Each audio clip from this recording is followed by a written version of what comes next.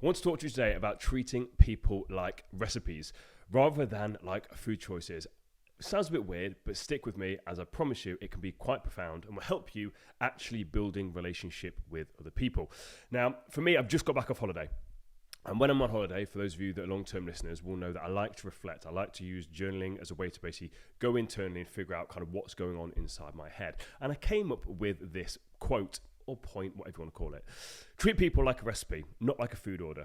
You need to understand all the ingredients that make the recipe. And I just want to break that down today and take it a little bit deeper so that you can use this when it comes to meeting new people or when it comes to building deeper connections. Now, before I get into talking about this topic, if you take any value from today's episode, don't forget to like and share it with a friend. If you're on YouTube, click the subscribe button. If you're on Apple Podcast or Spotify, don't forget to give us a follow. Now, let's just break this down. What is a food order? Now, a food order is a request that we give someone to make us food. And with that comes with an expectation, like preconceived ideas of what we kind of want, and we know what we're getting. And I think oftentimes we can do that when we're meeting new people. When it comes to, again, whether it's at work, whether we're in a new place, like whatever it is, we've got this preconceived idea of what we want this person to be in our life. We don't know anything about this person. We want to make that snapshot judgment, and we expect them to be a certain way. You're here at a football game, so I expect you to be like this. There's an expectation, and it kind of comes with the food order. Like you go to McDonald's, you expect the food to be a certain way. You go to a chip shop, you know what the food's going to be. You go to a steak restaurant, you kind of got an expectation of what the food's going to be like. And if the food doesn't match that, you're a bit surprised. It takes you back a little bit.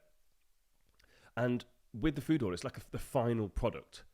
So that is what it is. Like there's no real opportunity to change. So when you meet people on this face value, you're basically saying that this is the kind of finished product. This is the kind of what they are. And I don't really like that, but I think a lot of us can do that. We meet people for the first time, and we're like, this is them. This is kind of set. Like they're not going to change. They're going to stay exactly as we are. And we've already just spoke about this in previous episodes. The people can 100% change. And when we just see them as this final finished product, we've got no actual appreciation for what went into it. It's all surface level. It's all judgment. You see people with tattoos, and we don't kind of ask or wonder, what kind of headspace were they in when they got these tattoos?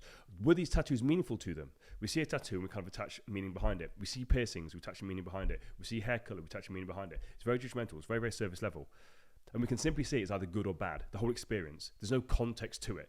You meet a person, and we're not going any deeper. You have this food order. This is what it is. And it's very, very transactional. Very transactional, very surface level. You meet a person, you expect it to be a certain way. That's kind of what happens when we treat people like a food order, which I think most of us can get caught into the trap. We just kind of see these people as this thing. Okay, cool. But actually, let's try and change that. If you really want to build deeper connections with people, start to see them like a recipe. And understand that they come with their own set of specific instructions that created that dish. All around their upbringing.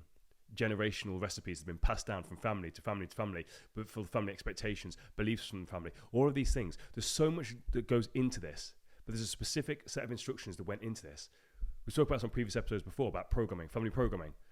When we're younger, before the age of 7, we've got no real ability to consciously think. We're kind of just programmed at that age.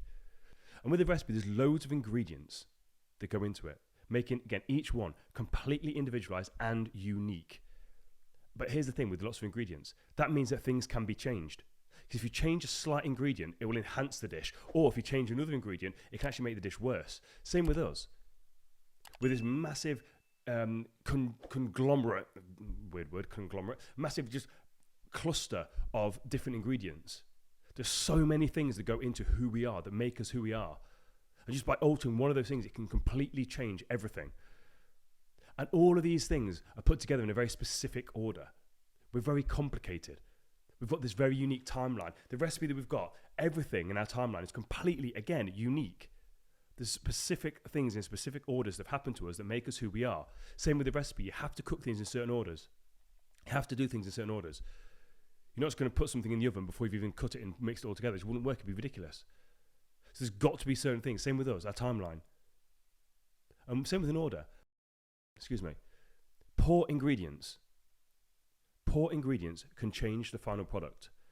So maybe if someone hasn't had the best upbringing, we can see potentially why they struggled in life. Maybe their family finances weren't great, so they didn't have the same opportunities. They've got these lesser than perfect ingredients. And a lot of people can use that as a setback and a reason why they can't succeed. I speak about this at length. I believe no matter what situation or circumstance you're in, you can always come out the other side stronger and better. It's just a case of doing the things that other people around you aren't willing to do. If you're stuck in a bad environment, poor finances, again, poor schools, poor social class, whatever it is, look at the people around you and be like, right, I want to get out of here. Look at the people around you. Don't start entertaining the stuff that they're doing.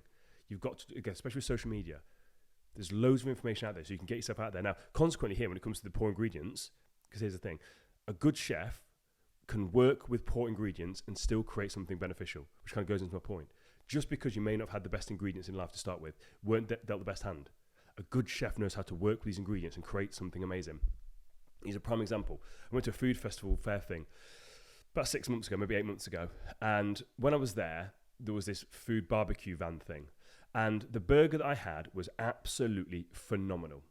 I was talking to the guy afterwards, and when I looked back, all the poor quote-unquote quality ingredients, yet what they managed to do with the sauces, the way they cooked it, had made something absolutely beautiful. Now, was it Michelin star? Absolutely not. Was it world renowned? No, but it was for what they actually had and what they created, it was something spectacular. And that goes for you. Just because you don't have the best ingredients, you can still make something absolutely amazing out of it. But some people aren't interested in changing the recipes at all, and that's okay. But others want guidance. Other people want to be that good chef. They want to create better recipes. And we can then guide them on that. But we can't force anyone to do anything. And most importantly, this when it comes to meeting people, don't ever tell somebody that the recipe sucks, because you will never know all the stuff that went into it. And if you want to get a deeper connection with someone, start asking more personal questions. Start to find out more about their recipe. See them as a complicated mix of so many different things. And if you just enhance that one ingredient, it will completely change the recipe. Till next time, take it easy.